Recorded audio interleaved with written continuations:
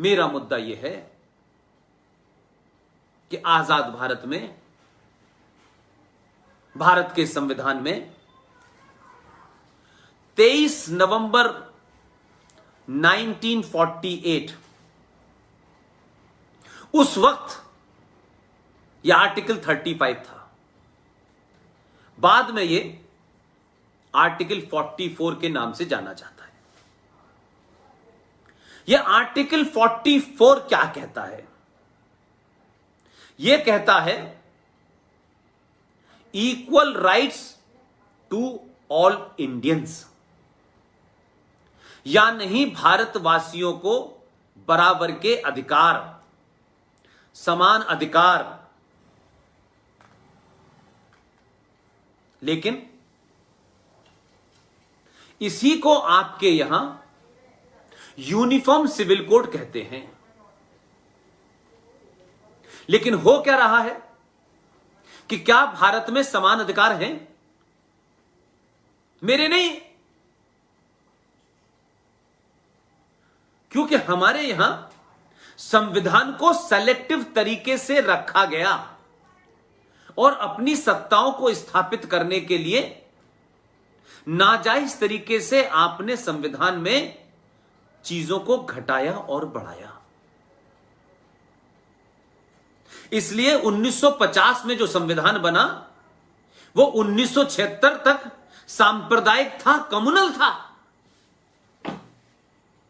लेकिन मेरी अपनी स्टडी कहती है कि 1950 से लेके 1976 तक इस देश में सौहार्द था, सांप्रदायिकता नहीं दिखती थी। लेकिन राज सत्ता को यह लगा कि अगर सत्ता पे बैठना है तो एक नया जुमला करो, और उसके पीछे साजिश थी। इसलिए 76 में 42nd अमेंडमेंट के माध्यम से 7वीं सूची में आपने कहा कि भारत के संविधान के प्रियम्बल में सेकुलरिज्म और सोशलिज्म शब्द को जोड़ दिया जाए। जोड़ दिया। मेरी इस पे भी डिबेट नहीं है, बल्कि इस पे डिबेट हो सकती है, लेकिन मैं अभी युवाओं से मुखातिब हूं, इसलिए रेफरेंस देके मेन बात पे आना चाहता हूं। एक समान अधिकारों की बात कही, उसको भी वर्णित करूंगा, और दूसरी बात मैंने आपसे कहा कि 76 में यह देश सेकुलर हो गया क्योंकि संविधान सेकुलर है। यह झूठा मक्कारी भरा किसी एजेंडे के तहत भी अगर आया था तो भी थोड़ी देर के लिए मैं मान लेता हूं कि आपकी मक्कारी को भी हमने मान लिया, आपके इस झूठ फ्रॉड को भी हमने मान लिया, जबकि संविधान के प्रियम्बल में कुछ बदला नहीं जा सकता था। और आपने तो बाबा साहब अंबेडकर के संविधान में मात्र 50 से लेके 26 साल में आपने प्रियम्बल में बदलाव कर दिया। 150 अमेंडमेंट किए, तो अमेंडमेंट करने के लिए तो उसमें गुंजाइश है, करिए, लेकिन प्रियम्बल में नहीं थी, आपने वो भी कर दी। मैंने इसको भी माना। मैं युवाओं से कहना चाहता हूं, केसरिया हिंदू वाहिनी के लोगों से कहना चाहता हूं कि अगर यह देश 76 में सेकुलर हो गया था तो फिर यह 93 में दोबारा से सेकुलर होने के बावजूद कम्युनल क्यों हुआ? कोई जवाब नहीं है। आरटीआई के माध्यम से हमारे दोस्तों ने पूछा, उन्होंने कहा साहब हमारे पास सरकार के रिकॉर्ड में इसकी कोई परिभाषा नहीं है।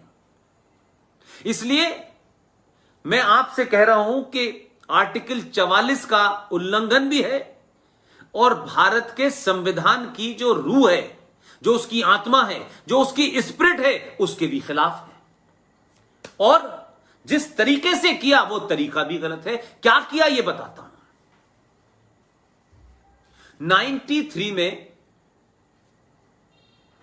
आपको मुसलमानों को खुश करना था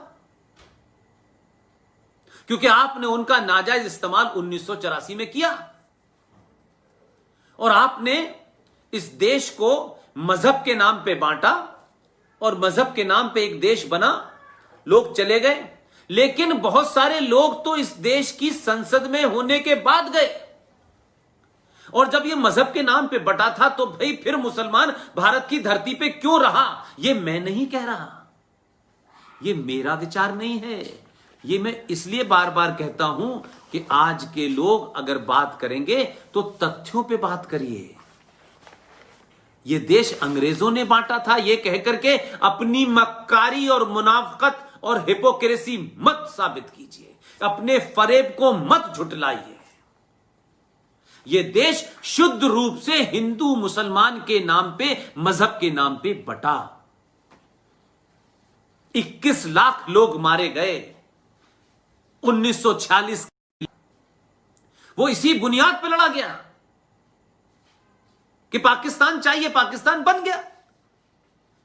ये बात भारत का सबसे ईमानदार, सच बोलने वाला, निडर, सत्ता की लालसा और लालच से परे, ये बात मैंने नहीं कहा। ये बात उसने कहा कि जब भारत का विभाजन हिंदू और मुसलमान के नाम, मजहब के नाम पे रहा था, फिर भारत में एक भी मुसलमान क्यों रहा और क्यों रखने दिया, ये मैंने नहीं कहा। इस आदमी का नाम है डॉक्टर भीमराव अंबेडकर, और ये अपनी किताब है, इस किताब में लिखते हैं पाकिस्तान और पार्टीशन ऑफ इंडिया, यानी पाकिस्तान या भारत का विभाजन। ये किताब पढ़ लें। इस किताब में भीमराव अंबेडकर ने इस्लाम के बारे में, मुसलमान के बारे में बड़े विस्तार से अपने प्रवचन दिए हैं। और आज अगर इस किताब को कोई कोट कर दे तो लोग कहेंगे कि ये देश में आप दंगा भड़का रहे हैं। और जब उनसे कहो कि भाई मुसलमानों के बारे में, इस्लाम के बारे में मैं नहीं ये कह रहा है, तो उनमें इतनी हिम्मत नहीं है। इस किताब में जो कुछ इस्लाम के बारे में लिखा है, जो कुछ संविधान के बारे में लिखा है, जो कुछ मुसलमान के बारे में लिखा है, जो कुछ महात्मा गांधी के बारे में लिखा है, वो कितना भी कड़वा हो, अगले एक हफ्ते के बाद एक एक पेज नंबर, चैप्टर नंबर से देश में चिल्ला चिल्ला के कहूंगा और पूछूंगा कि इनकी बात को कोट करने से अगर राष्ट्र में उथल पुथल होती है तो हिम्मत है तो इस किताब पे बैन लगा के दिखाओ। जिन लोगों ने शाहीन बाग पे बाबा साहब अंबेडकर की तस्वीर उठा के रखी हुई थी, उन मक्कारों से पूछो बाबा साहब अंबेडकर ने तुम्हारे बारे में क्या क्या है कहा है, तुम्हारी सोच के बारे में क्या कहा है, तुम कौन लोग हो।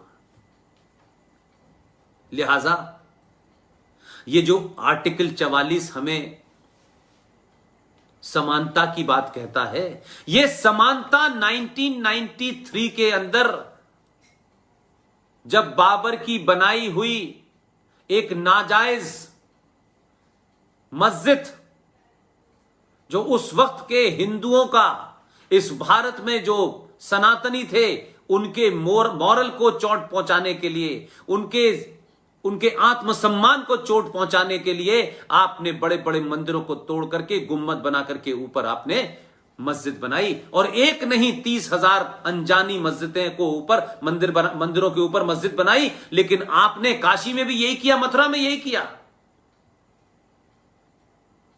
इसलिए